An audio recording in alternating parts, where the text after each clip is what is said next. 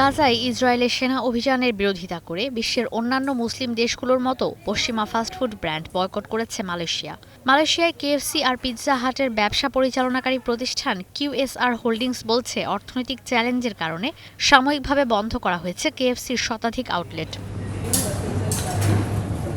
QSR brands বলছে, এই আউটলেটগুলোতে যারা চাকরি করতেন তাদের ব্যবসা ভালো হয়, এমন কোনো স্থানে আউটলেট খোলার পর চাকরির সুযোগ দেওয়া হবে। বয়কটের পর দেশটিতে বড় ধরনের লোকসানের মুখে পড়ে গেছে কেএফসি।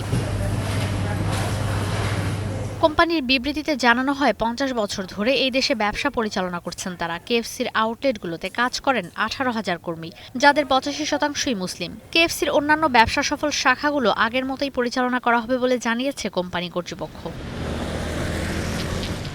মার্কিন iconic fast food chain Kentucky fried chicken কয়েক দশক ধরে মালয়েশিয়ায় ব্যবসা পরিচালনা করে আসছে। দেশের লাখ লাখ মানুষের পছন্দ কেএফসির খাবার। সম্প্রতি গাজা ইস্যুতে দেশটিতে বয়কটের মুখে পড়ে কেএফসি। ঈশিতা ব্রহ্ম, এখন বিশ্ব।